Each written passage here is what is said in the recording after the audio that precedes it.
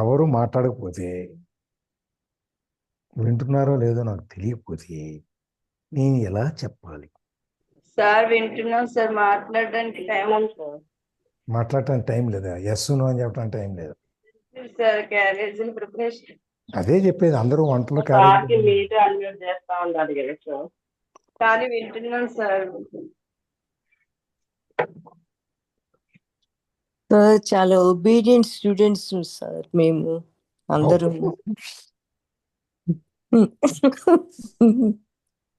Obedience definition మనమే నేర్చుకోవాలి.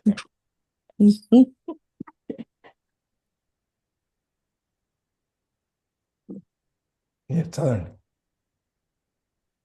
When you start to disidentify and become the watcher, the pain body will continue to operate for a while and will try to trick you into identifying with it again. Although you are no longer energizing it through your identification. It has a certain momentum, just like a spinning wheel that will keep turning for a while, even when it is no longer being propelled. At this stage, it may also create physical aches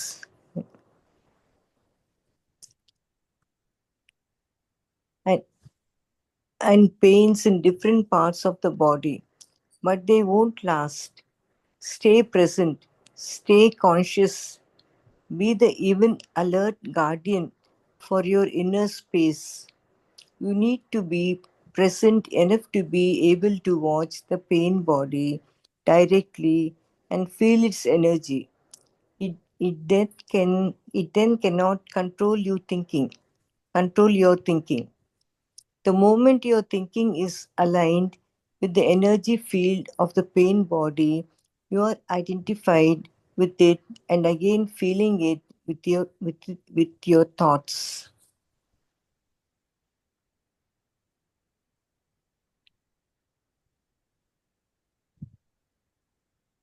చూడండి, ఒక చెడు అలవాటు అనేది కనుక ఒకటి వస్తే దాన్ని వదిలించుకోవటం ఎంత కష్టమో, కాకుండా వదిలించుకుంటంతో ఆగిపోదు, మళ్ళీ అది మనకి టెంప్ట్ అవ్వకుండా ఉండగలగాలి మనం. అప్పుడు దాంట్లోంచి బయటకు వస్తాం. ఒక వ్యసనాన్ని మనం ఆ వ్యసనంలో నుంచి బయటికి రావాలి అంటే వదిలించుకోవడంతో సరిపోదు. మళ్ళీ అది వచ్చినప్పుడు, అది కనపడినప్పుడు మన మనసు అట్లా ఆగకూడదు. మళ్ళీ లాగితే మన వ్యసనాన్ని బానిస అయిపోయినట్టే. మనం దాంట్లోంచి పూర్తిగా బయటికి రాలేదన్నమాట. నేను చెప్తా ఉన్నాను కదా, సాధువు తాబేలు చంపటం గుర్తుందా? విన్నారా?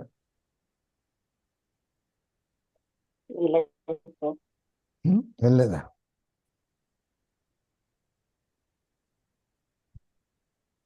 చెప్పాం కదండి, ఒక ఆయన, ఒక పోయేవాడు కాషాయ దుస్తులు వేసుకుని ఊళ్ళన్నీ తిరుగుతూ ఉంటాడు.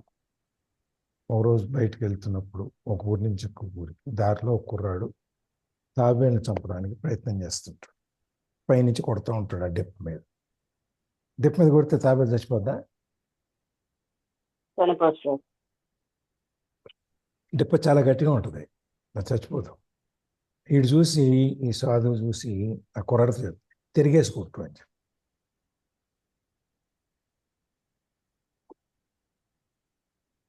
అప్పుడు ఏమైంది, లోపల కాండే ఉంటుంది, జీవి తిరిగేసుకుంటున్నప్పుడు అది చచ్చిపోతుంది. అంటే వీడు సాధువు అవతారం ధరించినా కూడా వీడి మానసిక స్థితి అక్కడే ఉంది. మామూలుగా ఉత్తమమైన సాధువు అయితే ఏం చేస్తున్నాడు? అరే బాబు, ఎందుకు తాబేలు చంపుతున్నావు? తాబేలు చాలా మంచిది, మనకు చాలా ఉపయోగపడుతుంది, మన నీళ్ళలో ఉంటుంది, అది ఇది ఏదో తాబేలు గురించి 4 మంచి మాటలు చెప్పి, నువ్వు చంపబాకరా నాయన, దాన్ని వదిలేరా బాబు అని చెప్పి పంపించేస్తాడు. అవునా? కానీ ఈ మాత్రం మారిన వాడు మాత్రం ఇంకా ఆ ఆలోచనలు అక్కడే ఉన్నాయి. అట్లాగే ఇక్కడ కూడా when you start to disidentify and become the watcher, the pain body will continue to operate for a while and will try to trick you into identifying with it again. నువ్వు ఎప్పుడైతే ఆ పెయిన్ బాడీలో నుంచి నిన్ను నువ్వు గుర్తించుకోకుండా బయటకు వస్తావో, నువ్వు ఎప్పుడైతే వాచర్గా మిగిలిపోతావో, చూడటంగా మిగిలిపోతావో, అప్పుడు ఈ పెయిన్ బాడీ ఇంకా ఆపరేట్ చేస్తూనే ఉంటుంది, వదిలిపోయేది. మళ్ళీ నిన్ను ఏదో విధంగా మాయలో పడేసి దాంట్లోంచి లాక్కోవడానికి, దాని లోపల లాక్కోవడానికి ప్రయత్నం చేస్తుంది. నా సిగరెట్ స్మోకింగ్ ఉంది, అలవాటు, వ్యసనం కింద అయిపోయింది, అది లేకపోతే ఉండలేను. సరే, మొత్తం మీద ఎట్లా మానేసిన తర్వాత నా పక్కన కూర్చున్నాను, సిగరెట్ తాగుతున్నాడు అనుకోండి. ఆ సిగరెట్ పొగ, ఆ సిగరెట్ స్మెల్, ఆ టేస్ట్, అది నన్ను మళ్ళీ మనసులో ఆగుతూ ఉంటుంది.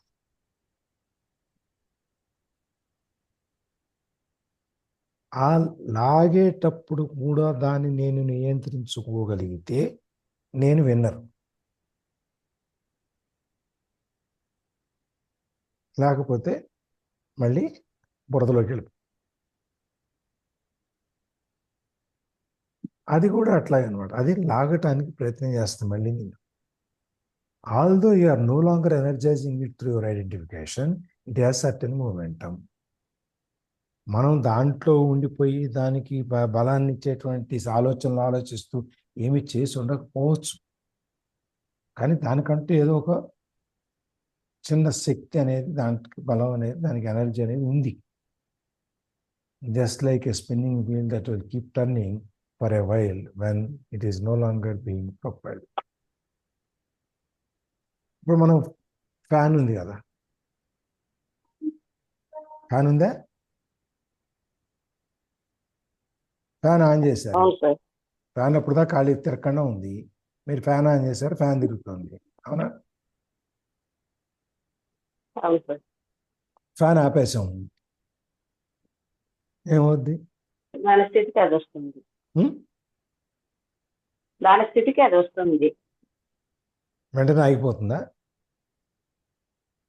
వెంటనే ఆగిపోలేదు, స్లోగా స్టాప్ అవుతుంది. ఫ్యాన్ ఆపేసిన తర్వాత కూడా అది తిరుగుతూనే ఉంటుంది. అంత స్పీడ్గా తిరగకపోవచ్చు, కొద్దిగా తిరుగుతూనే ఉంటుంది. ఆ తిరిగి ఆగిపోవటానికి ఒక అర నిమిషమో పావు నిమిషమో వాటెవర్ పడుతుంది.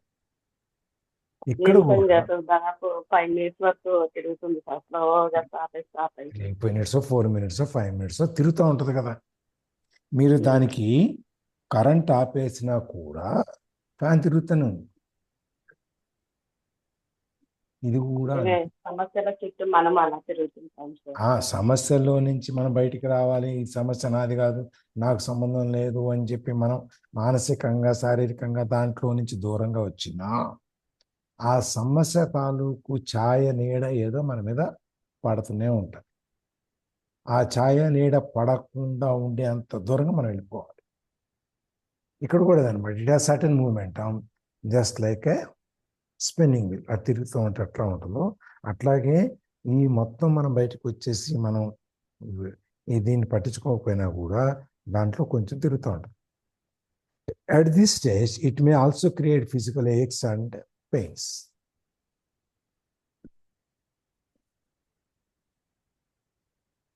ఆ టైంలో మనకి అది ఆ బాధని, అట్లాంటప్పుడు అది కొంత బాధని కలగజేస్తుంది బాడీలో.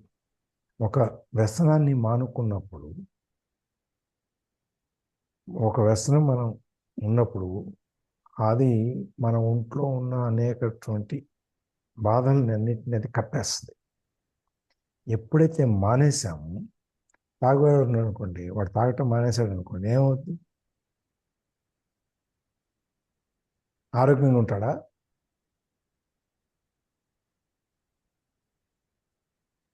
తాగటం మానేసి ఆరోగ్యంగా ఉంటాడా? ఉండడు.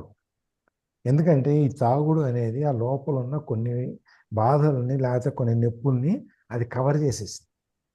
ఎప్పుడైతే ఇది మానేసామో అప్పుడు అవన్నీ బయటకు వస్తాయి. ఆ కనపడని నొప్పులు, తెలియని నొప్పులు,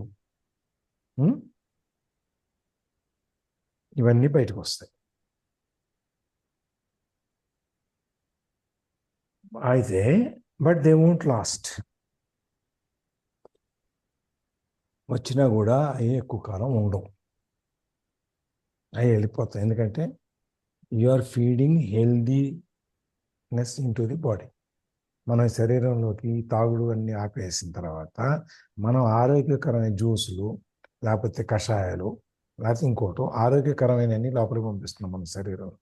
పంపించినప్పుడు ఈ తాత్కాలికంగా మిగిలిపోయినవన్నీ ఆ నొప్పులు, బాధలు ఉన్నాయి, అవన్నీ తగ్గిపోతాయి, పక్కకి వెళ్ళిపోతాయి.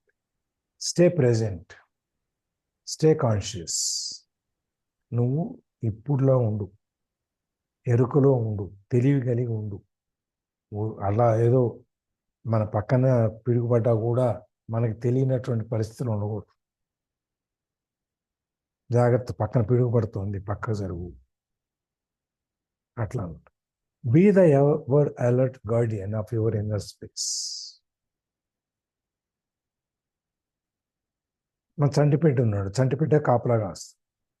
ఎంత జాగ్రత్త కాపలాగా వస్తాం మనం, కింద పడకుండా, బయటికి వెళ్ళకుండా, తలుపులు వేసేసో లేకపోతే తలుపులు తీసి ఉంచినా మనం బయటికి వెళ్ళకుండా అక్కడ కాపలాగా వస్తాం. అట్లాగే ఇక్కడ కూడా ఈ ఇన్నర్ స్పేస్ లోపల అనే దాన్ని మనం ఆ విధంగా కాపలాగా వేయాలి. You need to be present enough to be able to watch the pain body directly and feel it's energy. ఇవన్నీ చూడాలి అంటే దాన్ని చూడటానికి మనం కూడా ఉండాలి, మనం గట్టిగా ఉండాలి, బలంగా ఉండాలి. బలంగా ఉన్నప్పుడు మనం వాటిని వాచ్ చేయగలుగుతాం, చూడగలుగుతాం. వాటి ఎనర్జీని, ఇంత ఎనర్జీ, ఇంత నెగిటివిటీ, ఇంత ఫోర్స్ ఉందా అనేది మనం ఫీల్ అవ్వగలుగుతాం. It then cannot control your thinking. ఎప్పుడైతే మనం దాన్ని థర్డ్ పర్సన్ కింద మనం చూడటం మొదలు పెడతామో అప్పుడు అది మన ఆలోచనల మీద దాని నియంత్రణ కోల్పోతుంది. ఆలోచనల నుంచి దాని నుంచి ఉన్న ఆలోచనల నుంచి మనకి విముక్తి వస్తుంది. ఎప్పుడైతే మనం the moment your thinking is aligned with the energy field of the pain body, you are identified with it and again feeding it with your thoughts. ఎప్పుడైతే మనం మళ్ళీ మన థింకింగ్, మన ఆలోచనలు కనుక ఆ పెయిన్ బాడీ ఎనర్జీ ఫీల్డ్తో కలిసిందనుకోండి. ఇప్పుడు సిగరెట్ తాగటం మానేసా నేను, పక్కడ సిగరెట్ తాగుతున్నాడు, ఆ వాసనకి, ఆ పొగకి నాకు కూడా లోపల నుంచి ఎక్కడి నుంచో మైండ్ అటు పరిగెడతా ఉంది. అటు పరిగెట్టినప్పుడు ఏం చేస్తాం, కొంచెం వీక్ మైండ్ అయితే అరే ఒక దమ్ము ఇవ్వరా అని చెప్పి తీసుకుని ఒక దమ్ము కొట్టేసి ఇచ్చేస్తాం. తర్వాత రెండో దమ్ము, ఇదంతా ఎందుకు వచ్చిన సిగరెట్ ఇచ్చారు, ఆ సిగరెట్ తాగుతూ ఆనందిస్తాం అన్నమాట. అందుకని ఎప్పుడైతే మన ఆలోచన, మన థింకింగ్ అనేది దాంతో అలైన్ కనుక మళ్ళీ అయిందంటే మళ్ళీ మనం ఆ పాత ఆలోచనలకి వాటిని మనం ఫీడ్ చేస్తుంటాం. మనం బయటకు వచ్చాం, ఇంకా ఫ్యాన్ తిరుగుతోంది, ఫ్యాన్ పవర్ ఆపేసాం. ఫ్యాన్ తిరిగితే తిరగని, దాని గురించి మనకు అక్కర్లేదు. అయ్యో ఫ్యాన్ తిరుగుతోంది, మనం దీన్ని ఎందుకు వదిలేయాలి అని చెప్పి మళ్ళీ స్విచ్ చేసాం అనుకోండి, ఏమవుతుంది, మళ్ళీ మనం ఆ సుడిగుండంలోకి వెళ్ళిపోతాం. అందుకని మనం మన ఆలోచనల్ని మళ్ళీ దాని మీదకి పోనీయకూడదు. సో ఇవాళకి మన ఆలోచనల్ని మళ్ళీ వాటికి పోనీయకుండా ప్రెజెన్స్లోకి, వర్తమానంలోకి మనం తీసుకొచ్చామా?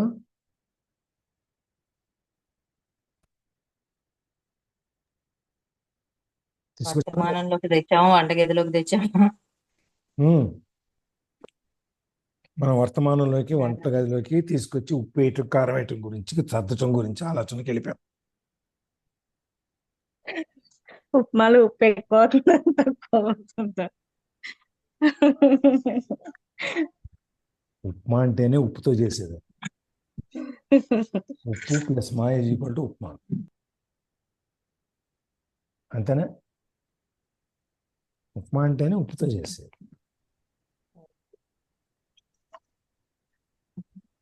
అది మనం ఆ ఆలోచనల్ని ఇప్పుడు మనం ఆ పాత ఆలోచన తీసేసి మన సొంత ఆలోచనల మీదకి మనం వెళ్ళబోం.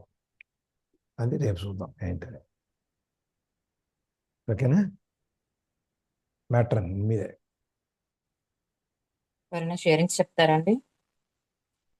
డౌట్స్ ఏమైనా ఉన్నాయా?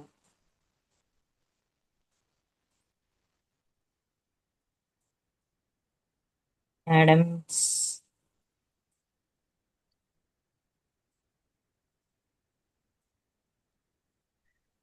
బుక్ మొత్తం కళ్ళకు కట్టినట్టుంది సార్. సుడిగుండంలో ఎలా ఉంటుంది, ఎలా బయటికి వచ్చేది అంత.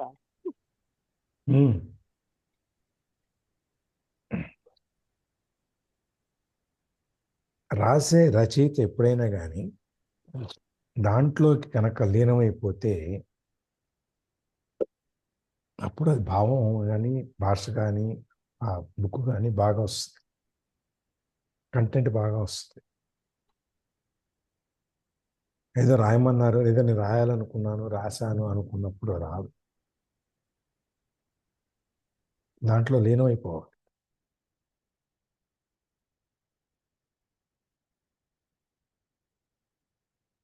వాళ్ళు ఎంతో మందిని అడిగి, ఎంతో మందితో మాట్లాడి, ఎంతో మందితో ఇంటర్వ్యూలు తీసుకొని, ఎన్నో పుస్తకాలు చదివి, ఎక్కడెక్కడి నుంచో విని ఇన్ని చేస్తే కానీ ఆ పుస్తకం రాదు బయటికి.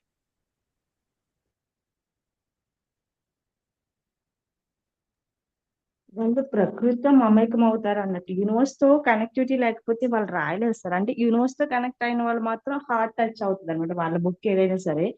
లేదనుకోని కొన్ని బుక్స్ పై పైన చదివిన ఫీల్డ్ లోనే ఉంటాం మనం కూడా. జస్ట్ ఏదో బుక్ చదువుతున్నాం లే, ఓకే ఇది వాళ్ళ యాటిట్యూడ్ బట్టి రాశారు అనే థాట్. అదే మేబీ ఎక్కువ పుస్తకాలు అలా ఉండవు అనుకోండి. అలా మనం తక్కువ కూడా ఉంటే లేను అవ్వలేము దాంట్లో. బుక్ కనుక అట్లా రాయకపోతే మనం కూడా అట్లా చదవలేము. సార్ అంతే 2 pages చదువుతుంది పక్కన పక్కన పెట్టేయాలి. పెట్టేస్తాం, బోర్ కూడా వేస్తుంది. లేదంటే వాట్ నెక్స్ట్ అన్నట్టు ఇంకా ముందుకు వెళ్ళాలనిపిస్తుంది. ఇంకా ఆ రచయిత ఇంకెక్కడైనా పుస్తకాలు ఉన్నాయా, ఇంకా ఉంటే బాగుంది చదవడానికి అన్న థాట్ కూడా వస్తుంది.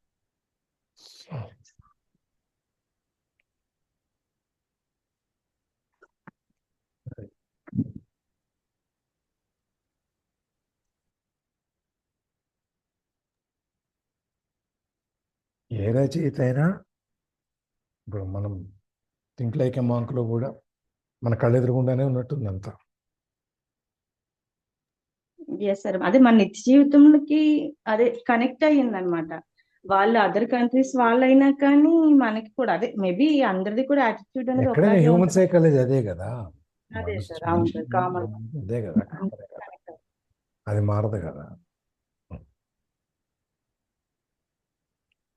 ఈ క్లాస్ కూడా ఒక సుడిగుండం లాంటిదే. ఏ ఊరికి వెళ్ళినా ఎక్కడికి వెళ్ళినా కానీ క్లాస్ ఏం జరుగుతుందో ఏం చేస్తారో అని ఆన్ చేస్తుంటాం కదా. Very good. అవునమ్మా Prabhavati.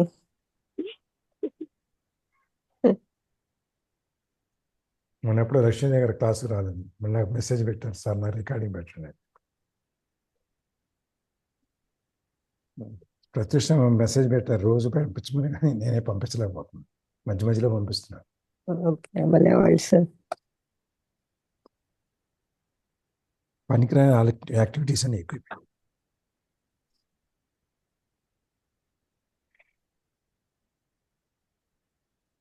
Sir recording stop. Yeah.